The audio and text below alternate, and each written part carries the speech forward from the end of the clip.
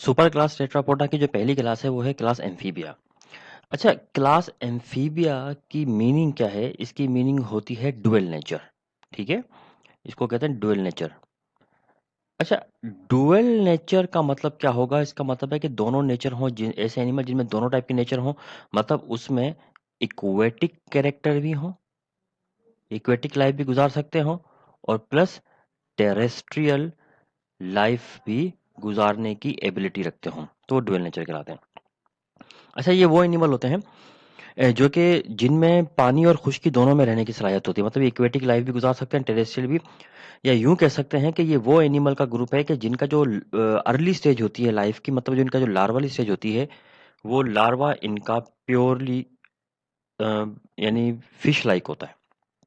Fish like character presenting होता है, मतलब उसमें गिल्स भी होते हैं।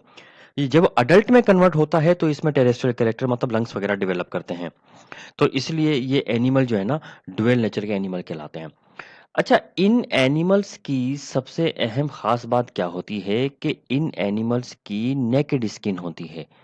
ठीक है, ये सवाल बार बार और आपके एग्जाम में भी इंट्री टेस्ट के हिसाब से भी आ चुका है कि the animal with naked skin, ये आपने कोई भी ग्रुप पढ़ेंगे फाइलम कोर्डेटा का, तो आपने ये लाजमी तौर पर जहन में रखना है कि इस फाइलम के जो एनिमल्स होंगे इनकी आउटर कवरिंग किस टाइप की है। तो इनकी आउटर कवरिंग नेकेड स्किन होती है, मतलब इसके स्किन पे ना हेयर होते हैं, ना किसी किस्म के स्केल, कुछ भी नहीं होता, नेकेड इनकी स्किन होती है। यही वजह होती है कि इनकी ये अगर ज़्यादा देर तक धूप में या गर्मी में रहें तो फौरी तौर पे डिहाइड्रेट होकर मर जाएंगे ये, मतलब डिहाइड्रेशन में बहुत तेजी से होगी कि पानी के लॉस को रोकने के लिए कोई चीज़ है ही नहीं बॉडी के ऊपर।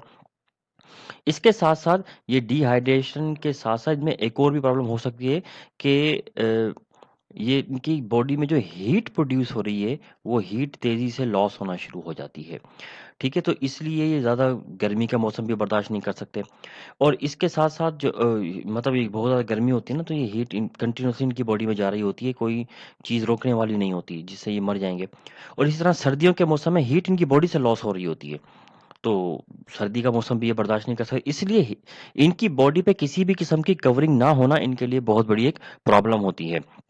अच्छा, ये जो एनिमल्स होते हैं, चूँकि अर्लीएस्ट एनिमल थे, मतलब ये वो एनिमल थे जिनको बारे में कहा जाता है कि they were the connecting link between aquatic and terrestrial animal.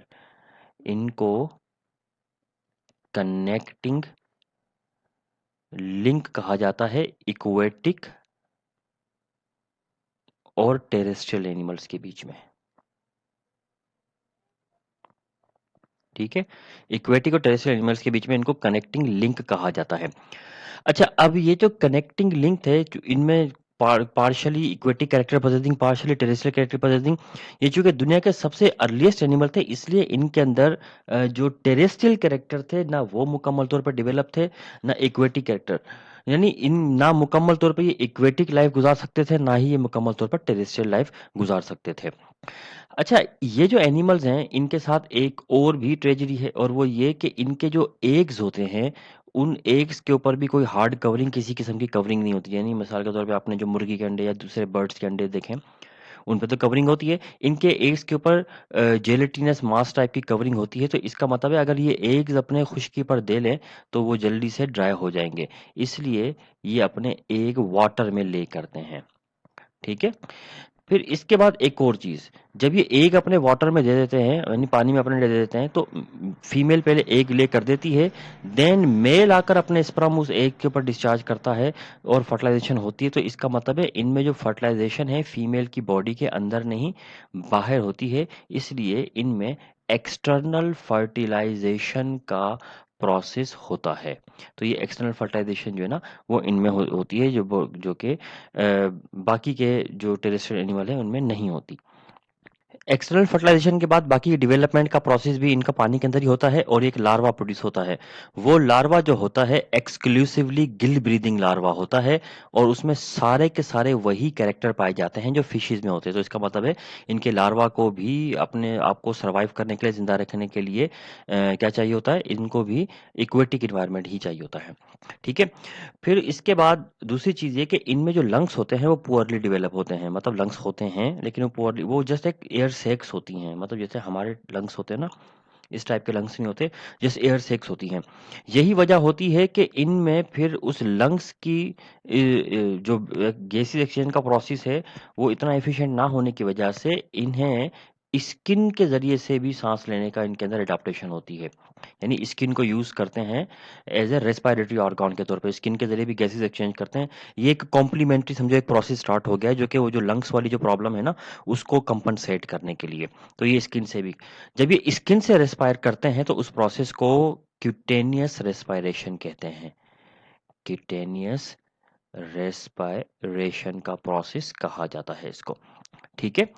अच्छा, अभी जो क्यूटेनियस रेस्पिरेशन का जो इनके अंदर प्रोसेस होता है, इसके अलावा ये बकल यानी मुंह से भी रेस्पायर कर लेते हैं। तो ये रेस्पिरेशन के कुछ अल्टरनेट मैकेनिज्म हैं जो लंग्स की वीकनेस को ओवरकम करने के लिए होते हैं। अच्छा, जैसा कि हमने पढ़ा कि ये अपने टेम्परेचर को भी मेंटेन नहीं कर पाएँगे क्योंकि इनकी बॉडी पे किसी किस्म की कोई कवरिंग नहीं होती, तो इसलिए इनमें हीट लॉस भी प्रॉब्लम है सर्दियों में, ठीक है? और हीट गेन भी इनके लिए बहुत बड़ा प्रॉब्लम है गर्मियों में।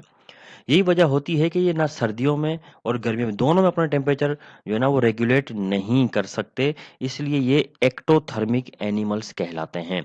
अच्छा, एक्टोथर्मिक एनिमल्स कौन से होते हैं? एक्टोथर्म्स कहा जाता है उस एनिमल्स के ग्रुप को जो अपने बॉडी के टेम्परेचर को मेंटेन करने के लिए एक्सटर्नल एनवायरनमेंट के टेम्परेचर पर डिपेंड करता हो।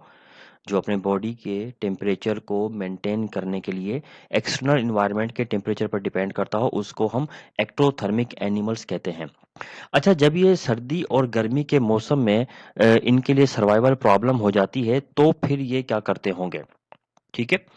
एक्चुअली जैसे ही सर्दी का मौसम स्टार्ट होता है, यानी विंटर का मौसम स्टार्ट होता है, they undergo winter sleep. Winter sleep मतलब कि ये हाइबरनेशन करते हैं, हाइबरनेशन में चले जाते हैं, मतलब अपने आप को पानी के तालाब में कीचड़ में छुपा लेते हैं और सारा सर्दी का मौसम वहां पर ऐसे ही गुजारते हैं। और जैसे ही गर्मी का मौसम आता है, मतलब समर समर का मौसम आएगा, तो फिर सेम यही एक्टिविटी दोबारा परफॉर्म करते हैं, लेकिन इस केस में उसको हम एस्टिवेशन कहते हैं, ठीक है। अब आपसे कोई पूछ लेता है कि मिसाल के तौर पे व्हाट इज हाइबरनेशन, तो आप इसको विंटर स्लीप भी कह सकते हैं, व्हाट इज एस्टिवेशन इसको आप समर स्लीप भी कहते हैं। ये एक इनकी लाइफ का इनएक्टिव पीरियड होता है जिसके दौरान ये बिल्कुल इनएक्टिव हो जाते हैं, मेटाबॉलिज्म बहुत ही ज्यादा स्लो कर लेते हैं, जिसकी वजह से जितनी भी फूड इनकी बॉडी के अंदर स्टोर होता है, वो फूड ही यूज़ होता रहता है, और जितने भी महीने ये इनएक्टिव रहते हैं, डोरमेंट रहते हैं, उसमें उसी फूड से उनको एनर्जी मिलती है। लेकिन चूँकि इनका बेसल मेटाबॉलिक रेट बहुत ही कम हो चुका होता है, मतलब मेटाबॉलिज्म इतना स्लो हो जाता है कि जस्ट ये सर्वाइव करें, मतलब ये ज़िंदा रहें। बाकी एडिशनल एक्टिविटी परफॉर्म ही नहीं कर रहे, ना मसल कॉन्ट्रैक्शन, ना दूसरी कोई एक्टिविटी। इसलिए मेटाबॉलिज्म एनर्जी की जनरेशन बहुत स्लो हो जाती है, इसलिए जो अंदर इनके स्टोर फूड होता है, वो बहुत स्लो कंज्यूम हो रहा होता है, जिसकी वजह से ये बहुत ही कम फूड की मौजूदगी में भी प्रॉपरली सर्वाइव कर जाते हैं एनवायरनमेंट में। अच्छा, इनकी जो मोस्ट कॉमन एग्जांपल्स हैं, उनमें एक फ्रॉग है और एक सैलेमेंडर है। ठीक है, कॉमन से एग्जांपल है, फ्रॉग है, सैलेमेंडर है, सिसेलियंस भी हैं, और भी हैं बहुत सारे एनिमल। लेकिन ये एनिमल दुनिया से बहुत तेजी से एक्सटिंक्ट कर रहे हैं। और एक्सटिंक्ट क्यों कर रहे हैं? क्योंकि इनकी बॉडी की फिजियोलॉजी जो है, ना मुकम्मल तौर पे इनको टेरेस्ट्रियल बनाती है, ना मुकम्मल तौर पे एक्वेटिक बनाती है, ना मुकम्मल तौर पे फ्रेश वाटर, ना मुकम्मल तौर पे मरीन वाटर। तो इसलिए कहीं भी मुकम्मल तौर पे एनवायरनमेंट को अडॉप्ट ना करने की वजह से इनको सर्वाइवल में प्रॉब्लम होती है, इसलिए इनकी स्पीशीज़ तेज़ी से खत्म होती जा रही हैं। लेकिन अभी भी दुनिया में तकरीबन 2000 डिफरेंट टाइप की स्पीशीज़ एम्फीबियंस की मौजूद हैं।